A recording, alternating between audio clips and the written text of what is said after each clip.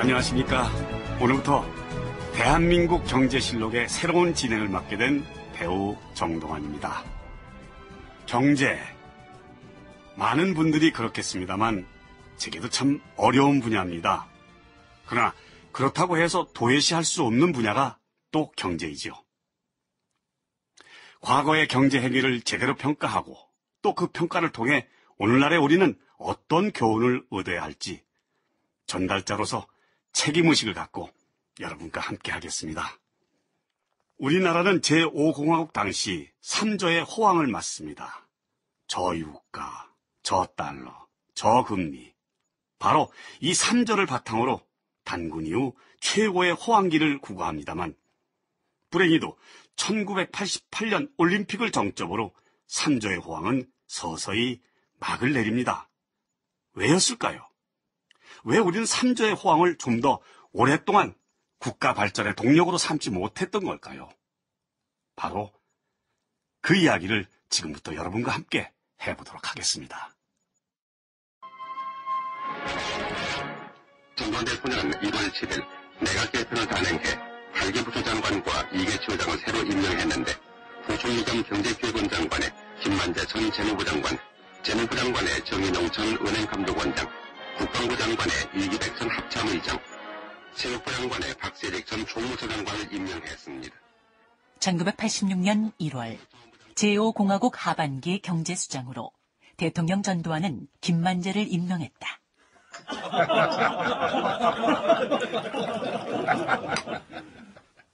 신임 경제부총리 김만재. 그는 재무부 장관 시절 부실기업 정리를 진두지휘했던 인물로서 당시 경제수석이던 사공일과는 각별한 관계였다. 김만재 부총리. 예, 카카. 그 술을 갖다가 한 잔 쭉 들이켜야 그 내가 편히 말을 하지. 예, 알겠습니다, 카카.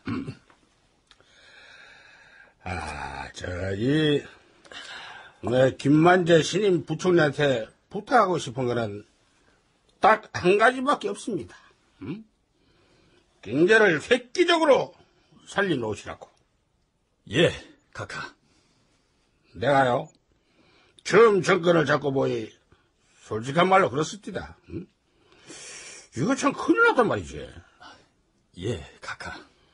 제2차 오일 쇼크 이후 물가 상승의 실험에 80년도에는 이 말이야, 물가 상승률 24.9%, 실업률 5.2%, 경제 성장률 마이너스 3.9%. 허허, 이거 참말로 이거 죽겠더라고. 예, 카카. 원래 우리가 이 상식으로는 말이요, 경기가 좋으면 물가가 오르고 경기가 안 좋으면 물가가 떨어지는 건데, 근데 그게 아니더라니까. 경기가 안 좋은데 물가가 계속 오르네. 정권은 잡았는데 웃자노 싶어서 내 머리가 허예지더라니까. 오일 쇼크 이후 불경기에도 물가가 계속 상승하는 현상. 그러니까 그게 스태그플레이션이라. 그거 내가 알지. 스태그플레이션 내 잘 한다고. 예. 미얀마 아웅산에서 꺾게 글이 됐지만은 경제 소속했던 김재기가 그러더라고. 카카, 유가 폭등, 물가 상승, 기업 도산에 따른 실업, 이걸 한꺼번에 잡을 수 없다면은 먼저 물가부터 잡으십시오. 카카, 그거는 김술색의 말이라기보다 프리드먼이나 하이에크 같은 신자유주의 경제학자들. 그것도 내가 알아요. 신자유주의, 응? 미국의 레이건 대통령이나 영국의 대처 수상도 바로 그 신자유주의 이론을 받아들여서 경제 운영을 갖다 잘 하고 있잖아. 그렇습니다. 그때 김재희 수석이 그럽니다. 카카, 물가부터 잡으십시오. 그래 내가 이 물가를 안 잡았어. 응? 사실 그것도 참 쉽지가 않았다고. 사실 쉬운 일은 아니었다. 군사 쿠데타를 통해 집권한 전두환. 그는 경제성장을 통해 집권의 정당성을 확보하려 했다. 그런 목적을 갖고 집권 초 본인은 경제대통령이라고 선언했지만 그러나 경제는 생각만큼 호락호락하지 않았다. 우선 발목을 잡았던 것은 오일 쇼크와 맞물린 세계 경제의 침체, 그 침체가 물고 온 살인적인 물가 상승이었다. 물가를 잡기 위한 대통령 전두환의 의지를 보여주는 일화를 잠시 짚어보자. 1985년 예산 동결 과정에서 있었던 일이다.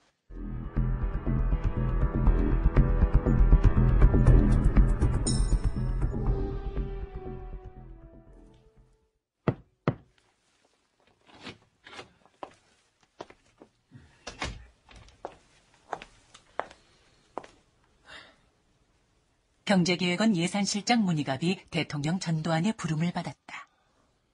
카카. 문 실장. 내가 말이요, 이 86년 예산안을 쭉 한번 봐봤는데, 국방비가 문제인데, 이거. 어떤 것이 말씀이십니까? 이게, 원래 국방비는 무조건 GNP의 6%로 편성을 하게 돼 있는데, 산정 기준을 좀 탄력적으로 하자하는 거. 그게, 뭐 어렵게 말할 거 없이, 결론적으로는 국방비를 깎겠다. 이거 아니요. 예. 경제 환경이 많이 바뀌어서 국방비 산정 기준도 바뀌어야 합니다. 근데 과거 산정 기준으로 국방비를 6% 적용하면 국방비 예산이 7천억 원 정도가 늘어나게 됩니다. 그게 문제는 문제인데. 각하께서 정권을 잡으신 이래 우리 경제를 위해 각별히 노력해오신 건 누구나 잘 알고 있습니다. 그렇지. 그거는 그렇지. 특히 그 한자릿수 물가를 쭉 유지해오신 거는 관료 학자 할 거 없이 모두 다 입에 침이 마르는 부분입니다. 그렇다 카드마. 그 한자릿수 물가가 지속적으로 유지되기 위해서는 무엇보다 예산 긴축을 하지 않을 수가 없습니다. 그거를 위해서 정부가 얼마나 노력을 해왔습니까? 각고의 노력을 해왔지. 근데 문제는 지금 국방비를 깎아야 한다는 거란 말이지. 나라를 지키는 것만큼 중요한 것이 경제를 수렁에 빠뜨리지 않는 겁니다, 각하. 각하께서 저를 예산실장에 앉히셨을 때는 좌고우면하지 말고 원칙대로 밀고 나가라고 하신 거 아니십니까? 그거는 그렇지. 각하, 그나마 제가 원칙을 지켜나갈 수 있도록 중심을 잘 잡아주셔야 합니다. 그렇게 해 주십시오. 경제기획원의 문희갑 예산실장. 대구시장을 지냈던 바로 그분입니다. 이분은 배짱이나 입심이 대단하기로 유명한 분이죠. 제5공화국을 취재했던 경제부 기자들 얘기 들어보면요. 5공화국이 한 자릿수 물가를 유지할 수 있었던 원인 가운데 하나가 돌격대장 문희갑 덕분이다. 이런 말도 있더군요. 한 자릿수 물가 유지가 경제기획원 예산실장 한 사람이 밀어붙인다고 될 일은 물론 아닙니다만 어쨌든 문희갑 실장이 그 정도의 추진력, 돌파력을 갖고 있었던 모양입니다. 물론 대통령의 절대적 신임이 있기에 가능한 일이었겠죠. 그런데 이 국방비 문제만큼은 강력한 추진력만 가지고 돌파하기에는 문제가 컸습니다. 1986년에 예산안이 확정 발표된 지 얼마 지나지 않아 사건이 발생한다. 합동참모본부 소속의 준장 2명이 권총을 차고 경제기획원 예산실을 찾아온 것이다. 이들을 맞은 인물은 문희갑 예산실장 이외 강봉균 예산심의관이었다. 당신들이야? GNP 6%로 돼 있는 국방비 편성 기준을 깨트린 자식들! 잠시 앉아서 말씀을... 앉으나 마라! 김일성이 처내로와 빨갱이 세상이 되면 당신들이 책임질 거야? 이 보십시오. 국방비 좀 깎았다고 해서 김일성 안 쳐내려옵니다. 뭐예? 이 자식이! 이 자식이요. 총으로 쏴버리기 전에 국방비 예산 원래대로 못 돌려라? 다른 돈도 아니고 대한민국을 지키는 국방비를 어떻게 감히 손을 내? 나라 걱정은 군인들만 합니까? 이 자식이! 와요. 뭐 한 달 때리시면 분이 풀리시겠습니까? 예? 그러면 국방비 예산은 탄력적으로 조정하는 걸로 하고 한 대 취소마. 이 일이 한 대 때리고 끝날 일인가?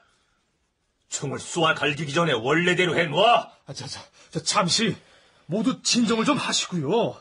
우리들 경제기획원 예산실 얘기도 좀 들어보십시오. 무슨 얘기? 정부 예산을 국방비에다만 다 쓰면 국민복지정책 같은 건 뭐 어떻게 할 겁니까? 국민복지가 안 되고 국민이 살기 어렵다 하는 나라에 빨갱이들 잠입하고 뭐 결국은 빨갱이 세상이 된다 하는 걸 아셔야죠. 예?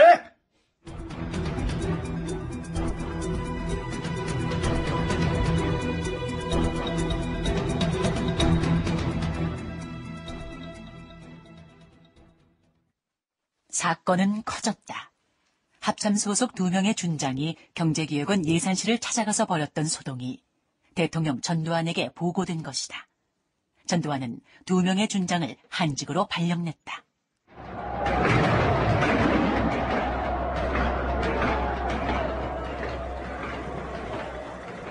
아이, 이게 무슨 소리야? 저기 저 너머 대학에서 데모를 하고 있는 모양입니다. 그래서 차가 이래 막히는구만. 어떻게 경찰서에 연락해서 교통 규제를... 아니야. 됐어요. 오늘은 조용히 갑시다. 술 마시러 가는 길인데.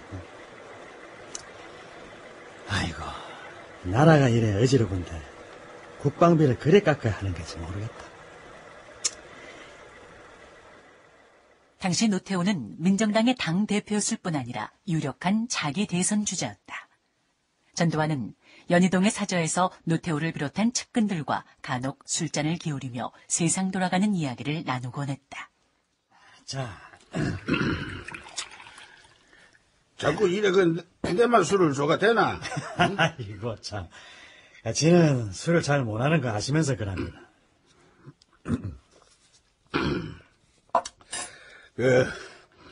우리 둘이 이래 술 마시는 그거 오랜만이다, 응? 네, 그렇습니다. 자, 근데, 각하. 응? 1986년도 방위비 문제 말입니다. 합참 소속 장군 2명을 좌천시키지 않습니까? 국모에서 말들이 많지? 노 대표한테도 누가 불만을 얘기합니까? 그래서라기보다는 그냥 좀 걱정이 돼요. 그렇습니다. 예. 무슨 걱정?